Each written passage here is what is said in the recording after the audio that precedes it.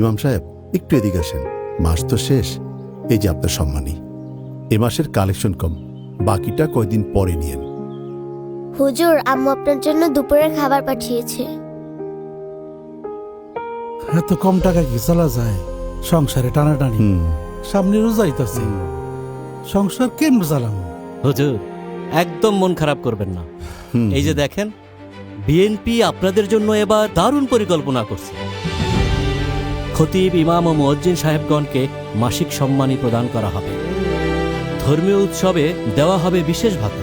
দক্ষতা উন্নয়নমূলক প্রশিক্ষণের মাধ্যমে তৈরি হবে কর্মসংস্থান। আচ্ছা সভাপতি সাহেব, এই সব সুযোগ সুবিধা কি সকল ইমাম সাহেবরা পাইব? না না, অন্যান্য ধর্মের প্রধানগণকেও মাসিক সম্মানী ও উৎসব ভাতা প্রদান করা হবে। শুকর আলহামদুলিল্লাহ। যাক, এইবার তাইলে আমাকে কথা কেউ ভাবলো। আমার ভোট এবার ধানের শীষই যাইব। ধর্মীয় ব্যক্তিদের সামাজিক মর্যাদা ও জীবনমান উন্নয়নে ভোট দিন ধানের শীষে।